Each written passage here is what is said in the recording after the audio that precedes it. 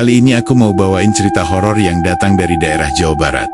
Sebuah sekolah kejuruan yang ternyata dulunya adalah bangunan rumah sakit jiwa peninggalan zaman Belanda.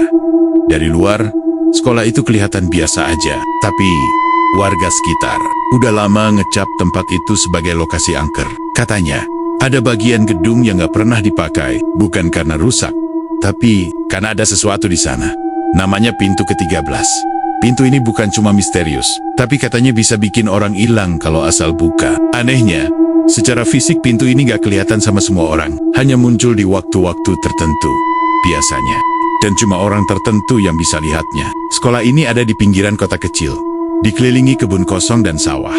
Bangunannya besar, model kolonial dengan cat putih yang udah mulai kusam. Di bagian belakang sekolah, ada gedung tua yang katanya dulunya jadi ruang isolasi pasien. Sekarang kosong. Katanya sih disegel sama pihak sekolah, tapi nggak pernah ada papan peringatan atau gembok di sana.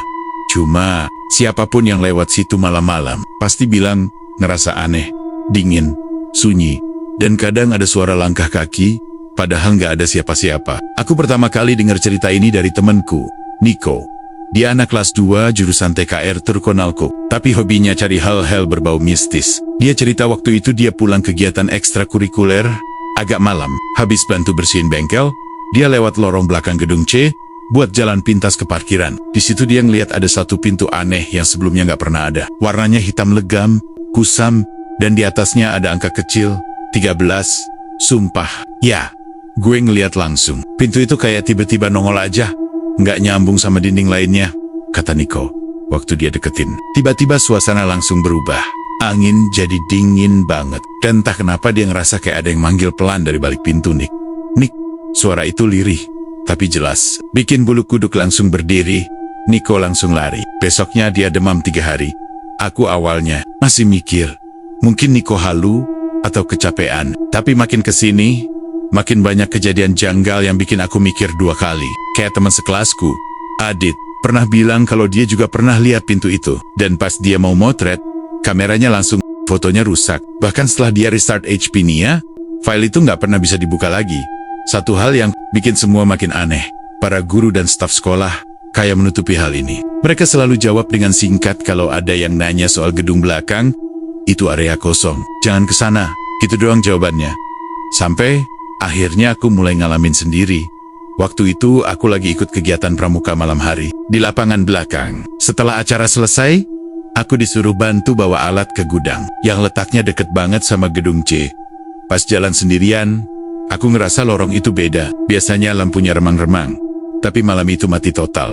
Tapi anehnya, di ujung lorong itu ada cahaya samar. Dari balik pintu hitam, pintu itu nyata. Aku ngelihat jelas, dan jantungku langsung detak gak karuan. Aku cuma berdiri, bengong, rasanya kaku, gak bisa gerak. Dari balik pintu itu, aku dengar suara. Kayak ada yang nangis, pelan, sedih banget. Tolong, aku di sini. Aku langsung mundur pelan, nggak jadi ke gudang. Malam itu aku susah tidur, dan anehnya, sejak kejadian itu, aku jadi sering mimpi tentang lorong panjang gelap dan pintu nomor 13 di ujungnya. Mimpi itu berulang terus. Kadang aku ngerasa kayak aku udah di dalam lorong itu, jalan pelan ke arah pintu. Tapi tiap kali aku mau buka, pasti ada tangan yang narik aku dari belakang.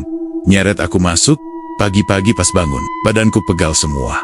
Kayak habis lari jauh. Kadang juga ada bekas goresan kecil di lengan. Padahal aku tidur sendiri dan gak punya kucing, aku mulai cari tahu lebih dalam. Aku tanya-tanya ke alumni, browsing berita lama, sampai nemu satu blog tua yang pernah bahas soal sekolah ini. Di blog itu ditulis kalau sekolah ini dulunya rumah sakit jiwa yang terkenal kejam. Banyak pasien yang katanya dijadiin eksperimen. Bahkan pernah ada kasus kebakaran misterius yang bikin satu bangsal hangus, dan cuma satu korban ditemukan. Seorang perawat yang katanya tewas terjebak tepat di ruang nomor ke-13, namanya Bu Warni.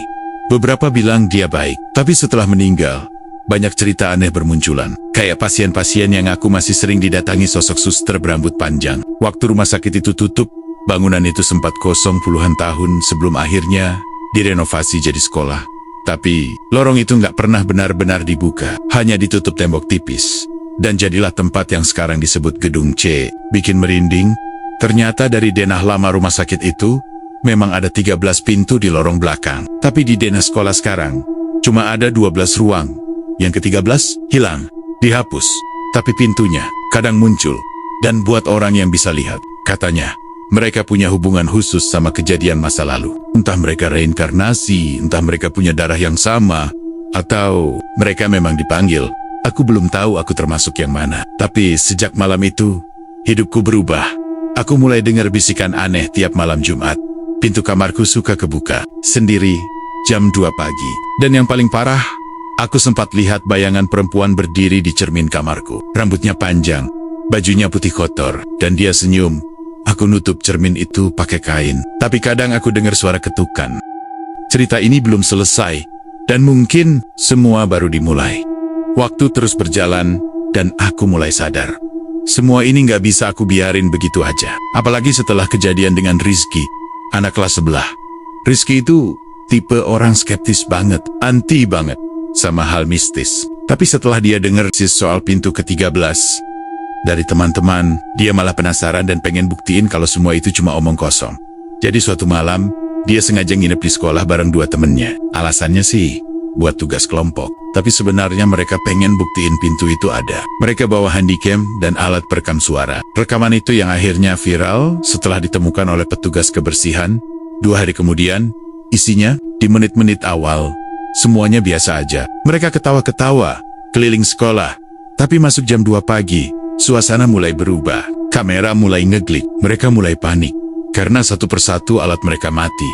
Dan dari balik kamera, samar-samar muncul pintu hitam di ujung lorong. Mereka nggak sadar, tapi satu dari mereka, Fikri, jalan ke arah sana.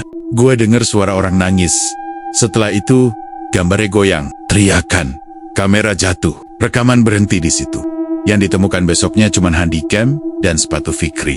Fikri hilang. Sampai sekarang, Rizky dan 1 temannya lagi shock berat. Nggak bisa ngomong selama 2 minggu. Bahkan setelah bisa ngomong pun, Rizky cuma bilang 1 kalimat, dia masih di balik pintu itu. Setelah kejadian itu, suasana sekolah makin aneh. Banyak guru yang minta pindah. Kepala sekolah nggak pernah ngomong soal kejadian itu. Tapi pihak keluarga Fikri terus nyari jawaban. Bahkan sempat bawa paranormal. Paranormal itu cuma berdiri lama di depan lorong gedung C. Katanya, tempat ini bukan untuk manusia biasa. Pintu itu adalah gerbang. Dan penjaganya nggak suka diganggu. Dia nggak mau cerita lebih jauh. Cuma bilang satu hal yang bikin aku nggak bisa tidur seminggu. Kalau kamu pernah ngelihat pintu itu, berarti kamu udah dipilih. Dan sekarang, aku yakin aku udah dipilih. Aku mulai mencatat semua yang aku alami. Aku tulis di buku harian, di ponsel. Bahkan, kadang aku rekam suara-suara aneh yang kedengeran tiap malam. Aku jadi rajin baca-baca soal dunia gaib, dimensi lain, dan sejarah rumah sakit jiwa zaman Belanda. Semuanya kayak saling terhubung, seakan-akan ada pola yang terus berulang. Dan malam itu, aku kembali lihat pintu itu.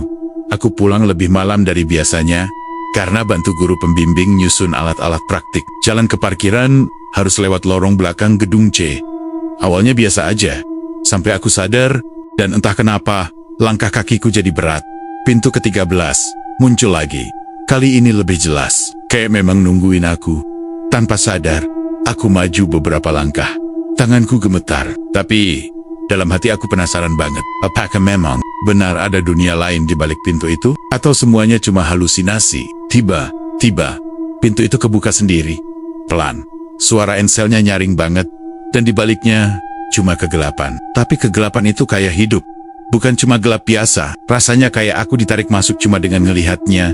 Sebuah tangan muncul dari kegelapan. Itu, tangan pucat, kurus, panjang, jemarinya dingin menyentuh ujung jaketku. Aku langsung mundur, jatuh duduk di lantai. Nafasku ngos-ngosan, jantungku mau copot. Tapi tangan itu nggak maksa. Dia cuma kayak manggil, nunjuk ke arah dalam. Aku lari, secepat-cepatnya. Tapi dalam hati, aku tahu, ini belum akhir. Pintu itu akan muncul lagi. Dan cepat atau lambat, aku harus masuk juga. Setelah kami berdiri di depan pintu ke-13, yang terbuka itu, aku pegang kunci tua erat. Nafasku berat, detak jantung berdegup kencang seperti mau loncat keluar dada. Nick cuma diam, wajah mereka pucat tapi penuh tekad. Aku mulai dorong pintu itu pelan. Krek, suara engsel tua yang mengerikan memenuhi lorong. Kegelapan pekat menelan pandangan kami. Bau lembab dan busuk langsung menusuk hidung.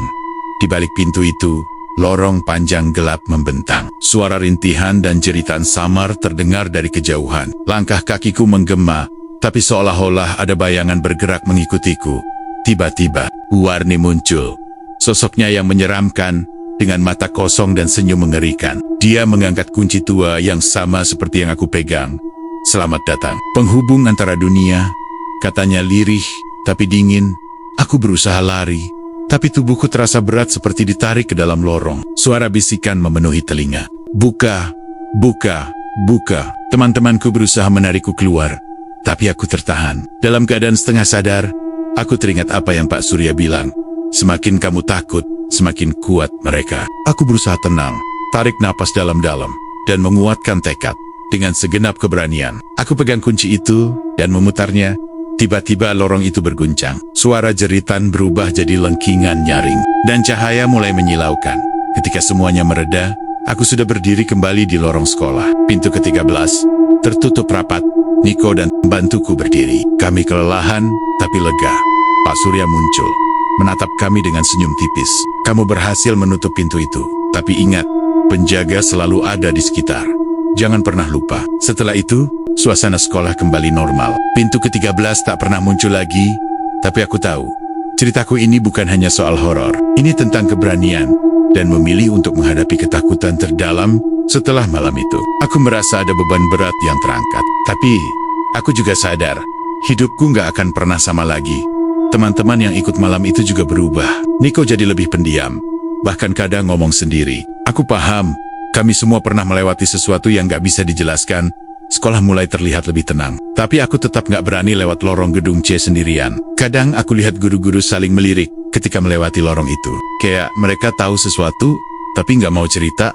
Aku coba jalani hari-hariku seperti biasa. Tapi kadang malam datang dengan bisikan-bisikan aneh. Aku jadi lebih peka dengan hal-hal gaib. Kadang aku dengar suara tangisan kecil, kadang bisikan yang bilang terima kasih sudah menutup pintu. Aku mulai menulis semua pengalaman ini di blog rahasia. Biar suatu saat, orang tahu bahwa ada hal-hal yang gak bisa kita anggap remeh.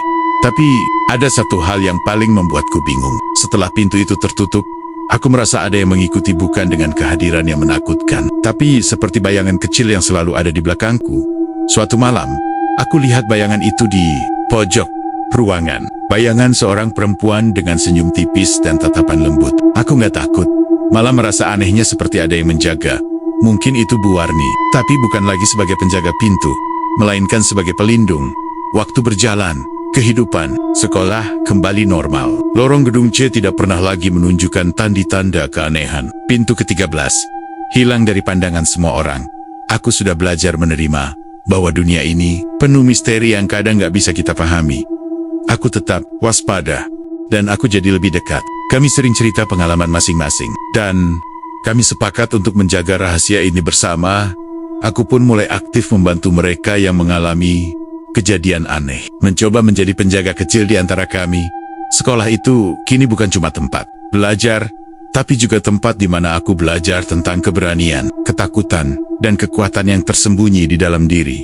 Aku percaya, pintu ke-13 bukan hanya tentang menghilangnya orang, tapi tentang membuka mata kita pada dunia yang lebih luas. Dan aku tetap waspada, tapi aku nggak takut lagi. Kalau pintu ke -13 suatu saat muncul lagi, aku siap menghadapinya. Nah, itu dia penjaga pintu ke -13. Lorong gaib yang menyimpan banyak misteri dan kejadian menyeramkan di sebuah sekolah bekas rumah sakit jiwa. Kalau kalian suka cerita kayak gini, jangan lupa kasih like, share, dan komen pengalaman horor kalian di bawah. Aku juga pengen tahu, kalian pernah nggak sih ngalamin kejadian mistis seperti ini? Terima kasih sudah nonton sampai habis. Sampai jumpa di video cerita horor selanjutnya.